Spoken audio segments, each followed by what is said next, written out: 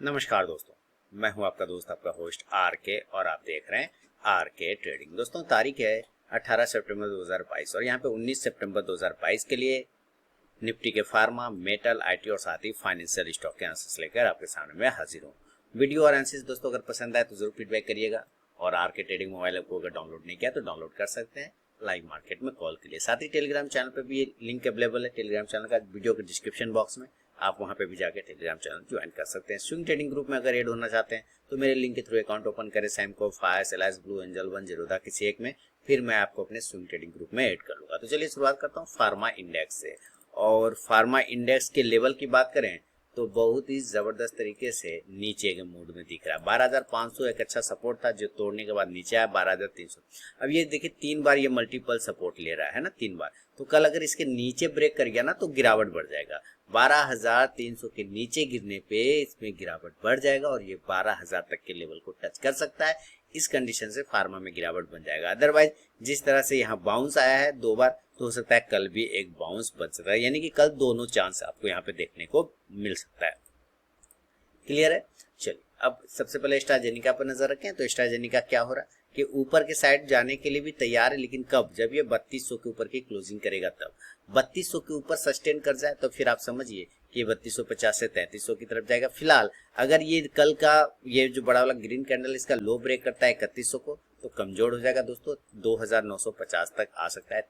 3000, 2950 ये सारे लेवल नीचे के फिर आपको दिखाई देगा, यानी 3000 तो इमीडिएट तौर पर मिल जाएगा। फिर ये जो सपोर्ट है 2975 से 80 वहां तक आने का कोशिश कर सकता है। और विंडो फार्मा अपना सपोर्ट एरिया को ब्रेक करने की कोशिश कर रहा है, होल्ड कर रहा है, बस ये समझ लीजिए सब क्रूशियल जोन पर है। जैसे ही ब्रेक करता है 530 को तो 525 का इमीडिएट टारगेट मिलेगा, 520 और 515 भी आ सकता है। बायोकॉन ये भी अपने सपोर्ट पर है और अगर अपने लोअर लेवल को ब्रेक कर गया 290 तो 270 75 आराम से आपको मिल जाएगा सेम डे, क्योंकि काफी पुराना सपोर्ट एरिया और उस सपोर्ट एरिया को ब्रेक करेगा तो बहुत तेज वॉल्यूम के साथ, ये ध्यान रखना है आपको। सिप्ला, एक सिप्ला जो है फार्मा में ये पॉजिटिव आपको मिल रहा है, लेकिन फिर सिप्ला में भी हमें पोजीशन 1060-65 के ऊपर क्रिएट करना होगा, उसके पहले नहीं। अगर कर चुके हैं तो स्टॉप लॉस फिर 1000 रुपए के आसपास का लगाना होगा सिप्ला में। डिवीज लैब की तरफ चले तो डिवीज लैब अपने बड़ा सपोर्ट एरिया है नीचे की तरफ में, अभी समय है इसके पास 3450 का एक अच्छा सपोर्ट है, वहां तक आना नहीं चाहिए। इन केस अगर ये 3550 को ब्रेक करता है तो 3500 का टारगेट आराम से सेम डे दिखा देगा। डॉक्टर रेड्डी देखिए सपोर्ट तोड़ता हुआ नीचे आ रहा है ट्रेंड लाइन, अब ये सपोर्ट पर आ गई, ये भी अपना ट्रिपल बॉटम बनाने का कोशिश कर रहा है। पॉजिटिव तब तक नहीं होगा जब तक ये 4100 के ऊपर नहीं निकले, तब तक पॉजिटिव नहीं होगा, इस बात का ध्यान रखना है। और निगेटिव 4050 के नीचे गिरेगा तो निगेटिव हो जाएगा, 4000 तक के टारगेट बनेंगे। ग्लेनमा फार्मा ये भी देखिए अपने सपोर्ट पर आ गया, लेकिन ग्लेनमा फार्मा मेरे ख्याल से मजबूत है।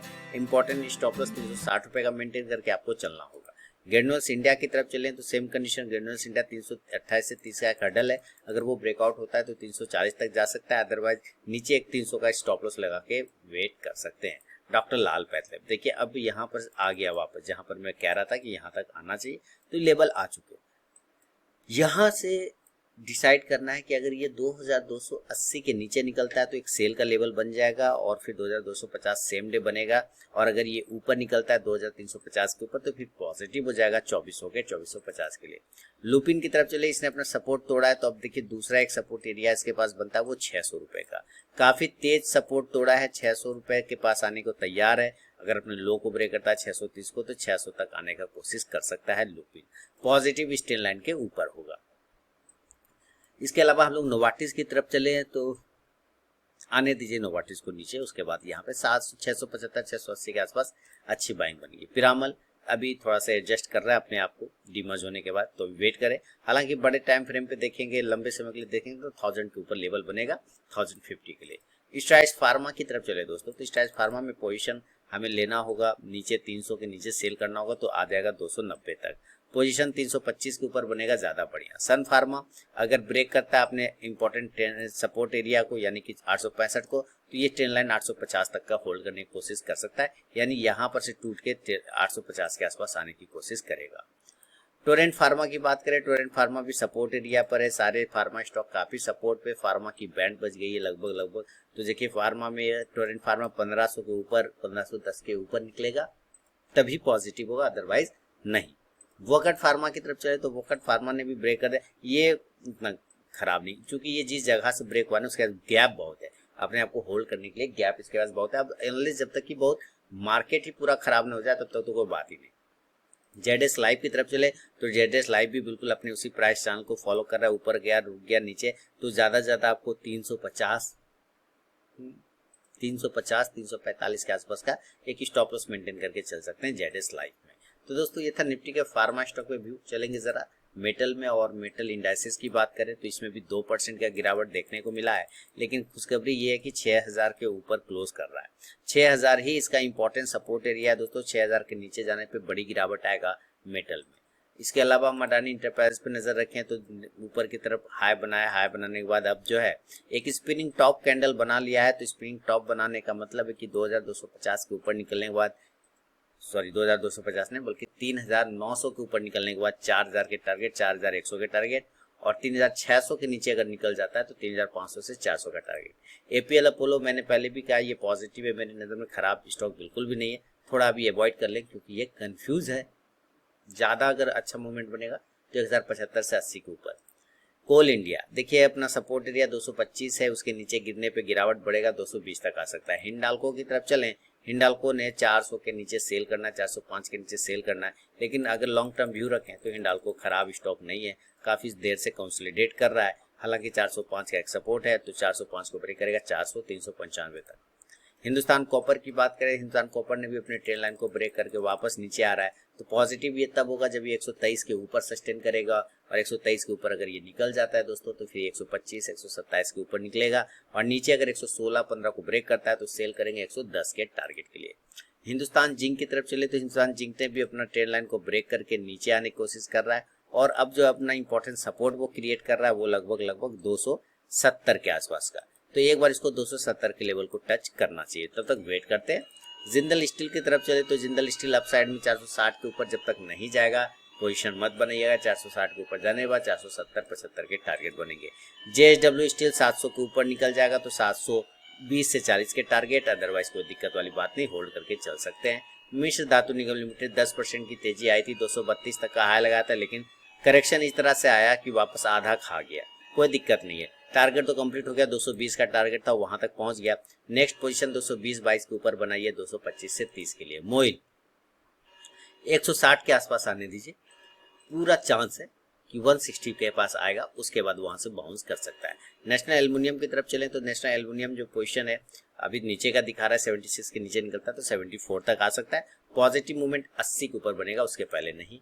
एनएमडीसी इसी तरह से 128 से 130 का हर्डल वो ब्रेक करेगा तो 140 का टारगेट, और अगर 120 के नीचे निकल जाता है तो कमजोर होगा 115 का टारगेट। रत्नामणि मेटल 2020 के ऊपर क्लोजिंग करेगा तो 2100 का टारगेट देगा। सेल की तरफ चलें तो सेल गिरावट में अब थोड़ा प्रॉफिट बुकिंग सेल में आया है, खैर कोई दिक्कत नहीं, अभी और भी आ सकता है प्रॉफिट बुकिंग, हो सकता है ये आपको 79 से 878 के आसपास में मिले। टाटा स्टील भूल जाइए, लंबे समय के लिए रखिए, अभी आपने बाल बच्चों के लिए भी होल्ड करके रख सकते हैं, 105 के आसपास मिल रहा है तो कोई दिक्कत वाली बात नहीं, होल्ड करके चल सकते हैं, और क्वांटिटी एड भी कर सकते हैं, लेकिन याद रखिए कोई पर्सनल बाइंग और सेलिंग नहीं है, मैं अपना व्यू बता रहा हूँ इन स्टॉक पे सिर्फ। वेदांता की बात कर ले तो खबर आया, खबर की फॉक्सकॉन के साथ जो वो अपना चिप बनाने का काम करेगा सेमीकंडक्टर, अचानक से उसने क्लैरिफिकेशन किया, उस पर 9% की गिरावट, तो पहला दिन 12% का तेजी, दूसरा दिन 2% का तेजी, तीसरा दिन 9% का गिरावट। सपोर्ट एरिया है 270 का, होल्ड कर सकते हैं, 270 के नीचे गिरने पे गिरावट बढ़ेगा। ब्लिस्पंग कॉर्प अगर अपसाइड में 270 को ब्रेक करता है तो 300 का टारगेट देगा, 240 के नीचे निकलता है, 43 के नीचे निकलता है तो 230 तक का टारगेट आपको ब्लिस्पंग कॉर्प भी दिखा सकता है। तो दोस्तों ये था निफ्टी के फार्मा के बाद मेटल पे व्यू। चलेंगे जरा आईटी सेक्टर की तरफ, और मैं अपने नए व्यूअर को बता दूं कि चैनल को अगर सब्सक्राइब नहीं किया तो जरूर सब्सक्राइब कर ले। आरके ट्रेडिंग मोबाइल ऐप को डाउनलोड करना बिल्कुल ना भूले, जहां पे आपको लाइव मार्केट में कॉल मार्केट रिलेटेड जानकारी मिलता है। साथ ही आप टेलीग्राम चैनल को भी ज्वाइन कर सकते हैं, जहां पे सारे लिंक लाइव मार्केट में कॉल्स वगैरह मिलते हैं। और अगर आप स्विंग ट्रेडिंग ग्रुप में ऐड होना चाहते हैं तो मेरे लिंक के थ्रू आपको अकाउंट ओपन कराना होगा, Fyers Zerodha Samco Alice Blue Angel 1 किसी एक में, फिर मैं आपको ऐड कर लूंगा। तो चलिए सबसे पहले आईटी इंडाइसेस को देखते हैं दोस्तों। आईटी इंडाइसेस जबरदस्त गिरावट, और लगभग आईटी के सारे स्टॉक्स में पिटाई हो रखी है, तो काफी ज्यादा डंप किया गया है इसको नीचे की साइड में। कल वापस 26,600 को ब्रेक करता है तो एक बार ये 26,100 के नीचे आ सकता है, 100 तक आ सकता है। हालांकि इतना गिरावट के बाद एक बाउंस बनने के चांस बनेंगे, बीच बीच में हॉल्ट मिल सकता है, तो उसका ध्यान रखें, उसका यूज करें। तो बिरला शॉर्ट पे नजर रखें, अगर कल लोअर लेवल को ब्रेक करता है, 305 को ब्रेक करता है तो 300 और 295 का टारगेट मिलेगा। इसके अलावा हम लोग चलते हैं कोफोर्ज की तरफ। कोफोर्ज में भी जो गिरावट बढ़ा 4% का बड़ा सपोर्ट एरिया के पास में आके होल्ड कर रहा है। आप ये देखिए इस एरिया को इसने जून मंथ में क्लेम किया था, वापस उस एरिया के पास आने की कोशिश कर रहा है। और उस एरिया का अगर हम लोग प्राइस पकड़ के चलते तो आता है 3,200 के आसपास में, तो 3200 के आसपास में। तो एक बार 3200 पर रुकने दीजिए, उसके बाद वहां से देखते हैं क्या सिचुएशन बनता है। हैप्पीएस्ट माइंडसेट की बात कर ले, सपोर्ट एरिया के आसपास है, 1000 के नीचे गिरेगा, 1000 के नीचे गिरेगा, कमजोर हो जाएगा 990 से 980 तक का टारगेट। एचसीएल टेक्नोलॉजी इसी तरह से नीचे 876-75 के आसपास आ सकता है, फिर यहाँ से बाउंस कर सकता है। अभी शॉर्ट टर्म में देखा जाए तो आपको आईटी से थोड़ा नफरत होगा, आईटी से थोड़ा गुस्सा आ जाएगा, लेकिन लंबे समय में देखेंगे तो आईटी खराब बिल्कुल भी नहीं है। बिल्कुल आप आईटी को, अच्छे क्वालिटी स्टॉक को, यही टाइम है जब वही हसीना वाला स्ट्रेटेजी जो मैंने कहा था कि जब रूठ जाता है तो उसको आप मनाइए, अच्छे क्वालिटी स्टॉक्स को ऐड कर दिए, है ना। तो वो एक वीडियो मैंने डाला है, एक अच्छा क्वालिटी स्टॉक जो है बहुत ही बढ़िया तरीके से लोअर भाव पे मैंने डाला है वीडियो, वो जाके देखिए, एकदम स्विंग कॉल, पोजिशनल कॉल पर, वो आज ही मैंने डाला है, उस वीडियो को जरूर देखिए। इन्फोसिस की तरफ चलें तो इन्फोसिस ने भी अपना पुराना सपोर्ट एरिया 1350 के आसपास आके अपने आप को होल्ड करने की कोशिश कर रहा है। एक बार अगर ये ब्रेक कर गया 1365, 1360 तो 1340 तक भी गिर सकता है। जस्ट डायल देखिए, अब जस्ट डायल एक बॉक्स के अंदर ही ट्रेड करता हुआ नजर आ रहा है, तो इसके अंदर जब तक है ठीक है, 565-70 के ऊपर, उसके नीचे गिरने में गिरावट आ जाएगा और ज्यादा। एल&टी इन्फोटेक अगर कल अपने लो को ब्रेक करता है 4350 को, तो 4300 और 4250 तक मिल जाएगा। माइंड ट्री की तरफ चले दोस्तों, तो माइंड ट्री में जो पोजीशन बनेगा सेम कंडीशन, 3100 के नीचे सेलिंग बनेगा, 3000 और 2950 के टारगेट के लिए। एम्फासिस की तरफ चले तो एम्फासिस ने भी अपने सपोर्ट को ब्रेक कर दिया है, सारे आईटी सेक्टर 2000 के नीचे गिर जाएगा। एम्फासिस तो 1950 सेम डे और 1900 भी दे सकता है। इन्फो एज अब जो सपोर्ट बनता है नीचे ले जाके वो बनेगा 3900 और 4000 के आसपास में, तो वहां तक आने देते हैं, उसके बाद फिर इस पर देखेंगे। न्यूजेन सॉफ्टवेयर की बात करें, देखिए इसमें रिकवरी दिखाया, नीचे आया जरूर लेकिन रिकवरी दिखाया नहीं, इसमें स्ट्रेंथ दिखाने की कोशिश कर रहा है। तो कल अगर ये 395-96 को ब्रेक करता है, आपको 400-405 तक का टारगेट बनेगा। पेटीएम की बात कर ले तो पेटीएम 740 के ऊपर निकले, 750 इस सपोर्ट लाइन के पास में, हालांकि इसका अच्छा सपोर्ट बनता है 675 के आसपास में, उसके नीचे गिरेगा तो गिरावट बढ़ जाएगा, अदरवाइज यहाँ से बाउंस करके ऊपर निकल सकता है। टाटा इलक्सी अगर कल अपने लो को ब्रेक करता है 8670 के नीचे किसी भी कारण बस ब्रेक कर जाए इस बड़ी वाली कैंडल का लो, तो समझिए और भी गिरावट बढ़ जाएगा, 8400 तक भी गिर सकता है। टीसीएस की बात करें तो टीसीएस में मैं अपने सपोर्ट एरिया स्टैंड लाइन पर ला रहा हूँ, देखते हैं क्या कि टीसीएस पे अभी भी एक थोड़ा सा जगह बचा हुआ है गिरने का, और वो प्राइस आ रहा है 2960 के आसपास में। एक बार हो सकता है टीसीएस इस लेवल को क्लेम कर ले।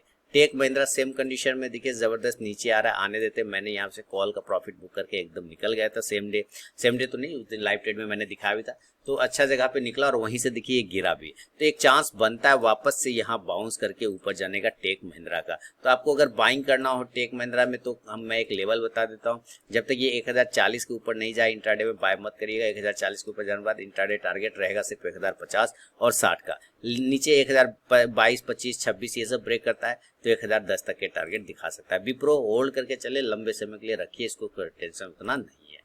अब चलते हैं दोस्तों निफ्टी के फार्मा, आईटी और मेटल तो हो गया, अब चलेंगे जरा फाइनेंशियल स्टॉक की तरफ। और फाइनेंशियल में देखिए मैक्सिमम स्टॉक के एनालिसिस में आप लोगों के लिए कर देता हूँ, डेली कर देता हूँ, है ना। तो इससे क्या है, पूरा मार्केट का आइडिया मिल जाता है, क्योंकि यही 4 सेक्टर है जो मिलकर मार्केट चलाते हैं, और एक बैंकिंग सेक्टर। तो बैंकिंग सेक्टर को मैं बैंक निफ्टी वाले वीडियो में कर देता हूँ बाजार हाट न्यूज चैनल पर, है ना। मेरे 2 चैनल है, एक है बाजार हाट न्यूज चैनल, एक आरके ट्रेडिंग। तो बाजार हाट न्यूज पे आपको मार्केट बैंक निफ्टी का वीडियो मिल जाता है और बैंकिंग स्टॉक का, बाकी यहाँ 4 सेक्टर मिल जाते हैं, तो लगभग सारा आपका पूरा मार्केट में कवर करके आपको दे देता हूँ। तो बजाज फिनसर्व देखिए अगर 1700 के नीचे गिरता है तो गिरावट बढ़ेगा, अदरवाइज 1785 या 1800 के ऊपर निकलेगा तो मार्केट ये पॉजिटिव हो जाएगा। बजाज फाइनेंस अब साइड में अगर 7600 को ब्रेक करता है तो 7800 का टारगेट देगा, नीचे 7200 को ब्रेक कर देता है तो आपको 7000 के टारगेट देगा। कैनफिन होम्स 675 के ऊपर का क्लोजिंग चाहिए, देन 700 के टारगेट देगा। कल अगर ब्रेक करता है 630 के नीचे, कमजोर हो जाएगा 620 इंट्राडे का टारगेट दे देगा। इंडिया बुल हाउसिंग फाइनेंस मैंने कहा था यहाँ पे प्रॉफिट एक बार बुक कर लीजिए, अगर बुक कर लिया हो तो बहुत अच्छा है, आप ये इसको अवॉइड कर दीजिए। LIC हाउसिंग फाइनेंस देखिए कल अपने फर्स्ट टाइम इसने अपने ट्रेंड लाइन को ब्रेक किया है, तो कल थोड़ा कमजोरी दिखा सकता है। अगर ये कल ब्रेक करता है 429 के नीचे तो 420 तक का टारगेट दे देगा। L&T फाइनेंस नीचे ब्रेक करता है 80 को सेल करेंगे 78 के टारगेट। मन्नपुरम फाइनेंस सपोर्ट एरिया पर वापस आता हुआ। इसके साथ इसका सबसे बड़ा दुश्मन बन चुका है बैंक, क्योंकि बैंक भी अब गोल्ड लोन वगैरह देता है, इसके वजह से इसमें परेशानी आ चुका है। लेकिन खैर कोई इतना दिक्कत नहीं है, ये अपना प्राइस पर आ जाएगा वापस, कोई टेंशन नहीं, ऊपर के भाव आपको दिखाएगा। M&M फाइनेंस की तरफ चले तो M&M फाइनेंस में सपोर्ट है 210 पे, उसके नीचे जाने पे कमजोर होगा, 233 34 35 के ऊपर निकलेगा, 240 से 45 के टारगेट बना के देगा। मुथूट फाइनेंस की बात करें तो अपना सपोर्ट एरिया यहाँ पर 1000 के नीचे गिर जाता है तो कमजोर होगा, अदरवाइज ठीक ठाक है। एसआर ट्रांसफिन की बात करें तो सेम कंडीशन एसआर ट्रांसफिन में देख रहे हैं, अपने ट्रेल लाइन को होल्ड कर रहा है, नीचे ब्रेक करता है 1265 के नीचे सेल कर देंगे, 1240 तक का टारगेट बन सकता है। तो दोस्तों ये था निफ्टी का फार्मा, मेटल, IT और फाइनेंशियल स्टॉक में मेरा व्यू। अगर पसंद आया तो जरूर फीडबैक दे दोस्तों, और आरके ट्रेडिंग मोबाइल ऐप को अगर डाउनलोड नहीं किया तो डाउनलोड कर सकते हैं लाइव मार्केट में कॉल के लिए। तो चलिए मिलूंगा नेक्स्ट वीडियो में, तब तक के लिए बहुत बहुत धन्यवाद।